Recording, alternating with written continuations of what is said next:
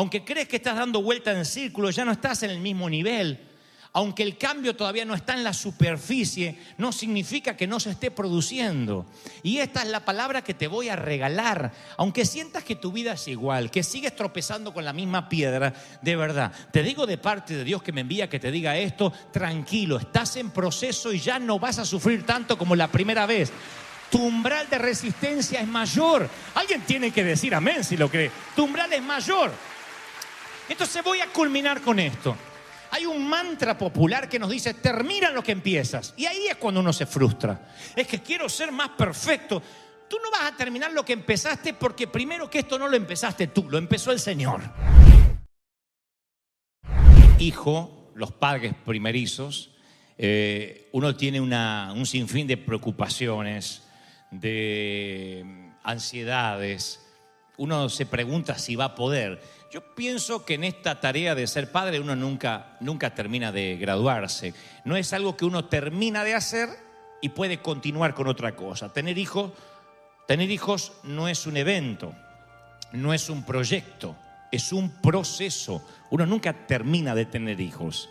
Tal vez algún día te toque tener 70 años, tu hijo va a tener, 40, 50, y aún así vas a decir: ay, no me vino a saludar, no se acordó de esta pobre vieja, porque las madres siempre van a psicopatearnos hasta que les toque bajar a la tumba.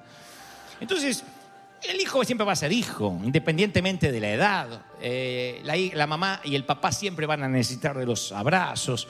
Eso tiene que ver con que tener hijos es un proceso que nunca acaba. Y este proceso de tener hijos habla mucho de la naturaleza de Dios. ¿Por qué? Porque Dios nos quiere enseñar cómo funciona. Dios es un Dios de proceso, no de modelos terminados. Ya está, creé un adulto a la vida. No, es un proceso. Yo decía en el servicio anterior, por ejemplo, a mí me hubiese gustado evitarme la adolescencia. No me gustó. Yo fui muy o medianamente feliz cuando era chiquitito. Ya a los 11, 12 ya empecé a sufrir. Ya el cuerpo me empezó a crecer desparejo, un brazo primero, el otro brazo más tarde, la nariz venía diciendo: ahí viene Dante atrás. Era una cosa horripilante. Yo digo, me hubiese evitado eso, pero ahora me doy cuenta que fue un proceso. Que el adulto que hoy yo soy tiene que ver con el adolescente que también fui. Y la vida espiritual es igual. Cuando uno viene a Cristo, cuando uno dice: bueno, quiero acercarme a Dios, no significa que en ese momento vamos a pensar, actuar, imaginar, ser motivados igual que Jesús. Porque creemos que uno llega a Cristo, pasa por las aguas del bautismo y sale con una S de Superman o de salvado de las aguas. Ahora sí, piensa que es instantáneo y eso causa frustración. Cuando mi familia se acerca a Cristo, yo tenía 7 años de edad, pero no fue hasta los 15 que yo tuve un real encuentro con el Señor y dije: yo quiero aceptar a Cristo. Y entonces yo quería bautizarme desesperadamente, porque el pastor solía hacer énfasis en aquel versículo bíblico que dice que cuando uno se acepta a Cristo se transforma en una nueva criatura. Yo pensé que esto era un proyecto en lugar de un proceso. Entonces yo decía: bueno, si yo me bautizo rápido, todo lo mundano, todas las cosas malas de mí se van a ir. Nunca voy a andar mirando más muchachas guapas. Yo tenía 15 años, antes que piensen mal. Entonces yo digo, se me va a ir la lujuria de los ojos, se me va a ir todo lo que yo tengo, toda la hombría se va a ir, y voy a aguantar hasta el día que me case, porque me van a poner una aureola acá hasta que Cristo venga. Así que le digo: pastor, apúrese para bautizarme, apúrese. Y me bautizó. Y yo cuando salí dije: estoy hecho una nueva criatura, ahora sí estoy bautizado. 24 horas de bautizado tenía cuando pasa una emisaria del infierno así por al lado mío. Y yo me frustré porque yo pensé que cuando uno salía de las aguas del bautismo, era una nueva criatura. O sea, hay cosas que no te pasaban. Pero después me di cuenta que el cambio iba a tardar, que no era algo instantáneo, que cuando Dios nos va a cambiar, tiene su propio calendario. Y nosotros, la cultura occidental, somos una cultura de proyectos, somos una cultura de metas. Adelgaza en 21 días y recupere la figura que tenía a los 15 años. Y uno compra y está contando los días. Hoy es 21, a veces se te va la grasa. Uno quiere ver resultados. Todo es con resultados. Si no hay resultado, uno se frustra. Y no es algo malo necesariamente, pero uno tiene prisa por cambiar. Y nos cuesta entender que estamos en desarrollo siempre, que esto es una relación con Jesús, es una progresión de cambio, es una progresión de crecimiento. ¿Cuándo va a terminar? Al fin de nuestras vidas. No va a terminar esto. No hay un momento que digas, pero, por ejemplo, Dante, para Navidad, ¿usted cree que yo voy a ser santo? No, vas a seguir luchando, porque eso es la vida. Hay gente que va a seguir luchando y va a sentir que está creciendo, otra vez se va a sentir que es errático, porque así es la vida. Así como la vida, que no es una línea recta, la vida con Dios tampoco es de A hasta la B, sino que es errática. Hay momentos que uno se siente un titán y hay momentos que uno se siente apichonado. Eso es la vida. Hay de los que en este momento están aquí y dicen, sabes, yo no soy feliz. No estoy bien con las decisiones que he tomado. Otros dicen, yo siento que un hábito me domina y me da bronca que me domine. Y yo estoy viniendo a la iglesia y me siento un fraude, un embustero. Siento que no estoy cambiando. Y es porque hay un subconsciente que nos dice que el Señor nos salva, muere en nosotros en la cruz, paga el down payment, el primer pago, y las cuotas las vamos pagando nosotros. Como que el Señor dice, yo te salvé, pero después intenta perfeccionarte, intenta ser mejor todos los días. Y uno intenta y no puede. Y se frustra porque sabe que no lo está logrando. Y vamos a ser honestos, todo el mundo queremos cambiar. El cambio es inevitable, el cambio es ineludible. El tema es que la mayoría no cambiamos hasta que no estamos obligados a hacerlo. Hasta que el médico no te pone entre la espada y la pared, no cambias. Si usted no sale a caminar, se muere. Y ahí algunos salen a caminar. Otros no cambian su manera de administrar el dinero hasta que se endeudan, van a collection, les llega la carta del banco que le van a quitar la casa. Y entonces dice, tengo que cambiar, me tengo que administrar mejor. No debimos haber ido a Hawái. No teníamos que haber ido de vacaciones, vieja. ¿Viste? Compramos un auto que no podemos pagar. Lo piensan después que se meten en el lío. Y entonces tienen que cambiar, tenemos que cambiar, presentar quiebra, reorganizar las finanzas. No sé, hacer un montón de cosas que debieron haber hecho antes. Pero ¿para qué esperar el infortunio? ¿Para qué esperar que te pase una crisis? Eso se llama aprender por las malas. Eso es un patrón universal humano. Aprendemos por las malas y no cambiamos. Pero el cambio es bueno, el cambio es necesario, el cambio es inevitable. Pero esta es la pregunta del millón de la mañana. Y présteme mucha atención. ¿Para qué queremos cambiar?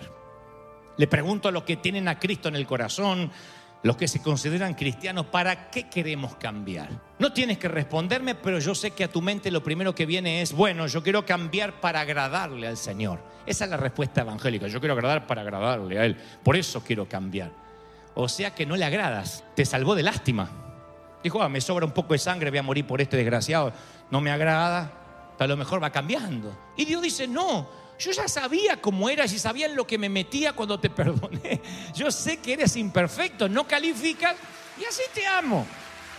Así eres, eso eres. Pero uno empieza a meterse en el estrés, yo tengo que agradar a Dios. Y pensamos, para ir a la iglesia yo tengo que ser una persona que ora. Para, si diezmo más, si ofrendo más, si me congrego más, si ayudo más a los pobres, Dios me amará más. Y eso es una bobería. Dios no te va a amar más de lo que ya te ama. Dios no te va a perdonar más de lo que ya te perdonó. Dios te ama tal y como eres. Tú dices, ¿de verdad? Y si tienes dudas, mira al que está al lado, a ese también lo ama. Con esa cara lo ama. Ahora imaginen que Cristo muere por nuestro pecado para que después tú, como si fuera un libro de autoayuda, intentes agradar a Dios. Entonces decimos, bueno, ahora ya soy cristiano, ahora tengo que vivir en santidad. Y llegan los pastores y nos dicen, ahora usted no ande en pecado, no se anda acostando con cualquiera, no ande mirando, los jóvenes andan, oh Señor, porque como se viste en la mujer ahora tienen que estar mirando así, Señor. No sé si tienen memoria, si alguna vez fueron al zoológico, ¿habrán visto los monos cuando se despiojan? Los monos hacen esto, así, y dice, ay, qué higiénicos que son. Ahora, yo me congregué en iglesia donde empezaba el servicio y decía, a ver, busque el piojo ajeno. Y estaban todos, me parece que está en pecado, sí, o también, usted no está orando y usted tampoco, ay, mira la falda que usa esta. Entonces nos despiojamos el uno al otro. Íbamos a la iglesia para despiojarnos. Y el que estaba acá arriba decía, a ver los piojosos, vamos a limpiarnos ahora. Aquel está divorciado, aquel se está por divorciar, tiene problemas con el hijo. Y buscábamos los bichitos el uno al otro. Yo me acuerdo que eso pasaba en el sur, pero es horrible cuando pasa en una iglesia. Cuando creemos que venimos a la iglesia para ver el error ajeno o pasarnos la vida para ver nuestro propio error. Uno se pasa la vida tratando de ver los errores, diciendo tengo que ser mejor para que Dios me ame, pero eso nunca va a ocurrir en este planeta.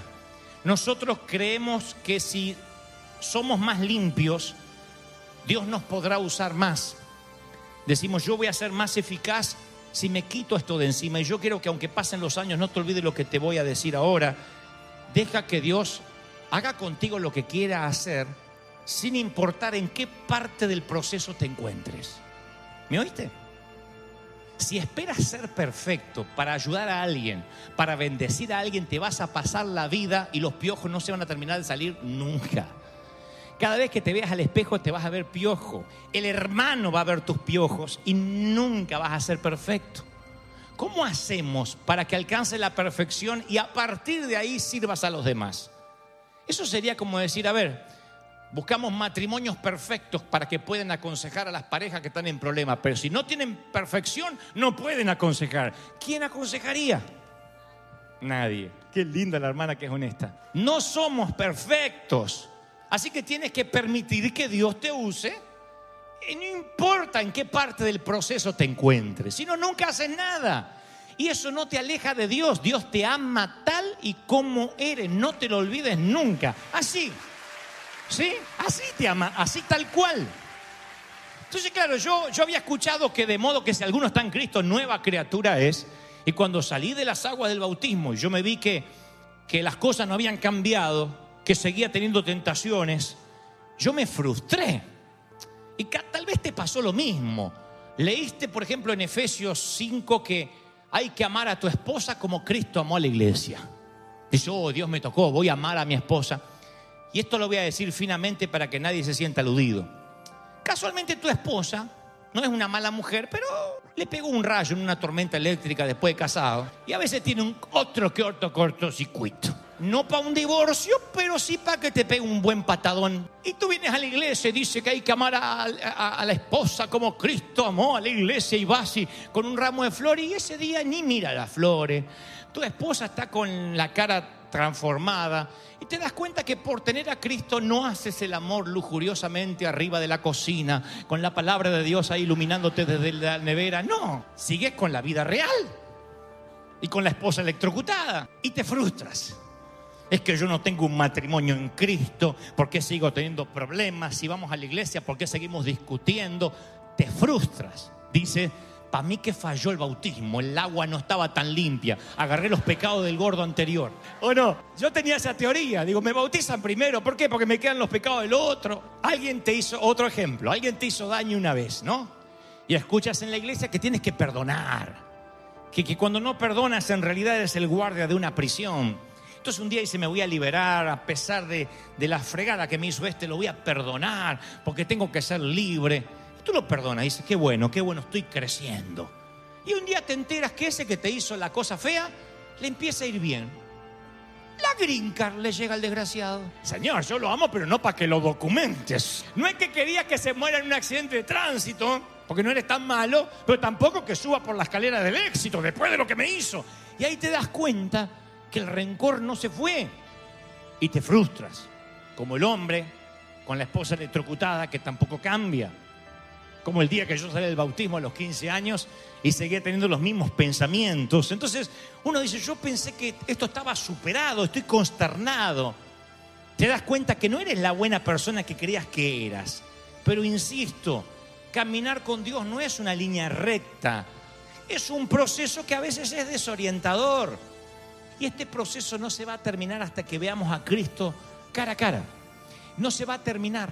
Entonces, si hay días que te sientes demasiado sucio, sientes que no eres higiénico espiritualmente, que metiste la pata, lo único que tienes que hacer es, Señor, sálvame. Porque la palabra dice que la salvación no fue solamente en el pasado, sino en el presente y en el futuro. Dios te salvó ayer, Dios te salva hoy y te volverá a salvar mañana. Él se empecinó con tu vida y no te deja hasta que no haya hecho contigo lo que iba a hacer. Miren, ¿qué pasa con esto de la vida cuando uno siente que no avanza? A mí me sucede que Hay algo con lo que yo lucho siempre y es que en la vida adulta he aprendido que antes de relacionarte con alguien, asociarte con alguien, subir a alguien a tu nave, alguien que va a compartir el resto de tu vida de alguna de las formas, siendo un empleado, un socio, lo que sea, o siendo parte del liderazgo, siempre hay alarmas que te avisan. Dios siempre te muestra lo que esa persona podría ocasionar a tu vida. Y esto no es ser místico. Eso es el Espíritu Santo. No hablar en lenguas, ser místico. El Espíritu Santo lo que te ayuda es a darte discernimiento. Lee los corazones de la gente. Haga memoria si acaso no tengo razón. No puede ser que digas, me casé, era un dulce y después se me hizo un hombre golpeador. Tuviste que haber visto alguna alarma en el noviazgo. Capaz que nunca te levantó la mano, obviamente, porque lo hubieses mandado a pasear. Pero estoy seguro que en algún momento notaste en el noviazgo que fue demasiado celoso, que te agarró del brazo demasiado fuerte, que te dijo, ¿por qué te ríes así? No andes con esa gente. Tuvo que haber alguna alarma. Traza la línea de puntos hacia atrás y te vas a dar cuenta que Dios ya te había avisado y te había dicho, danger, danger, danger, danger. Yo me acuerdo de alguien que teníamos en el equipo, en el ministerio, que el día que lo conocí, empezó con una mentira. Siendo cristiano, una mentira estúpida encima. No tenía que mentir. Pero lo descubrimos en una mentira burda. Y yo ignoré esa alarma y lo subí a bordo en el ministerio. Y luego me mintió sistemáticamente todo el tiempo que estuvo conmigo. Siempre lo primero que le salía era una mentira. ¿Desde dónde estás? En la oficina. Y no estaba en la oficina. Tenía un problema con la verdad. No podía, era mitómano. Y yo lo había visto antes de subirlo a bordo. Quitarlo me costó dinero, me costó tiempo, frustración. Porque me vivía mintiendo, era parte de su estilo. Lo primero que te decía era una mentira y después pensaba la verdad. Pero primero le salía la mentira. Y yo no podía decir, ay, me engañaron. No sé, cuando lo vi de repente me engañó. Yo digo, algo te tuvo que haber alertado antes. Algo tuviste que haber visto antes para meterte en ese lío. Y ese es mi problema. Muchas veces yo digo, otra vez. Pero si yo lo vi, ¿por qué apagué las alarmas? Pero siento que Dios me dice, no. Ahora te estás dando cuenta más rápido. Antes eras un necio. Ahora estás aprendiendo a leer las alarmas. Aunque crees que estás dando vuelta en círculo, ya no estás en el mismo nivel. Aunque el cambio todavía no está en la superficie, no significa que no se esté produciendo. Y esta es la palabra que te voy a regalar. Aunque sientas que tu vida es igual, que sigues tropezando con la misma piedra, de verdad, te digo de parte de Dios que me envía que te diga esto, tranquilo, estás en proceso y ya no vas a sufrir tanto como la primera vez. Tu umbral de resistencia es mayor. Alguien tiene que decir amén si lo cree. Tu umbral es mayor. Entonces voy a culminar con esto. Hay un mantra popular que nos dice, termina lo que empiezas. Y ahí es cuando uno se frustra. Es que quiero ser más perfecto. Tú no vas a terminar lo que empezaste porque primero que esto no lo empezaste tú, lo empezó el Señor. La Biblia dice que Él envió a su Hijo cuando todavía eras pecador y murió por ti. Entonces tú no puedes terminar lo que no empezaste. El Señor lo va a terminar. No te frustres. No te estoy diciendo, bueno, vive una vida liberal y no importa. Lo que digo es, por favor, nunca creas que está en tela de juicio lo que Dios te ama. Él te ama. Escuchen, jóvenes, Él los ama. Así, con esas hormonas en ebullición, con esos pensamientos. Dios te ama tal y como eres. No tienes que cambiar para que Él te ame, pero tienes que entender que va a haber cambio. El cambio duele, pero es un proceso. Vas a sentir que estás en círculo, pero eso es la vida. Nadie dice, ya aprendí, no me equivoco más. Ojalá, ese es el principio de la sabiduría. Pero la vida es aprender. Y la vida es que somos gente imperfecta, gente rota, en un hospital, en proceso de cambio. Estamos rotos. Así llegamos. Y así nos ama el Señor. Y Pablo dice, de la manera que recibieron a Cristo Jesús, vivan ahora en Él. La religión nos dice, vivan para Él. Y la Biblia no dice que vivas para Él. Ahora que eres cristiano, vive para Él. Sé perfecto, sé santo. No, vive en Él. No es un mandato, es una invitación. Si conoces a Jesús, tienes el privilegio de vivir en Él. ¿Cómo vives en Él? Diciendo, Señor, este soy. Llegas a la noche, metiste la pata y dile: Señor, te pido que me salves, te pido que me perdones. La sangre de Cristo no coaguló, no se secó, sigue siendo fresca para perdonarte todavía y está disponible. Alguien tiene que celebrar con felicidad. Por eso Pablo dice: confirmados en la fe, llenos de gratitud. ¿Cómo vas a estar agradecido si estás frustrado porque no eres santo ni eres puro? Llenos de gratitud. Que estés luchando no significa que estés distante de Dios. Esto no es un destino, esto es un viaje por Dios. Lo que hubiese pagado porque alguien me lo hubiese dicho cuando yo era un muchacho. Lo que hubiese dado porque el pastor me dijera: Dante, así, imperfecto como eres, Dios te amó. Estoy seguro que habría aceptado el cambio y los procesos. Pero siempre me sentí indigno, ¿saben? Siempre. Pero de pronto entiendo de que lo que el Señor me dice es que siga caminando, que dé otra vuelta. Si tú dices: sabes, ahora que lo mencionas, yo me siento frustrado, la palabra que tengo de parte de Dios es que sigas caminando, que sigas dando otra vuelta. En la película de Robert Zemeckis, Castaway o Náufrago, interpretado por Tom Hanks, está ahí perdido en la isla solo. Y él, cuando logra recuperar su libertad, porque construye una suerte de bote y sale una balsa y sale de la isla, le dice a su amigo: sabes, cuando estaba en la isla pensé que me iba a morir, y luego una mañana la marea trajo una suerte de vela y salí de ese sitio, y aquí estoy en Memphis otra vez respirando. Y cuando estaba en esa isla solo tenía una premisa: sabía que tenía que seguir respirando. No sé por qué, pero supe que tenía que seguir respirando y mantenerme con vida. Y esa es la misma palabra que Dios te dice esta mañana. Tú dices: sabes, está terminando agosto y no me siento mejor persona que lo que era en enero. No soy mejor persona que hace un año atrás. Dios me dice que te diga: da otra vuelta más. Continúa respirando, mantente vivo, que es lo único que tienes que hacer. El proceso, el cambio tiene que ver con Dios. Él te va a fortalecer y la gracia que te trajo a la salvación es la que te va a mantener hasta el día en que te toque partir. Es el Señor. ¿Están sintiendo esa libertad, sí o no? ¿Tienen dudas? Solo lean la Biblia y van a ver que este es un libro de canallas. No les gusta a los pastores cuando yo digo esto, pero yo veo siempre aquí gente imperfecta.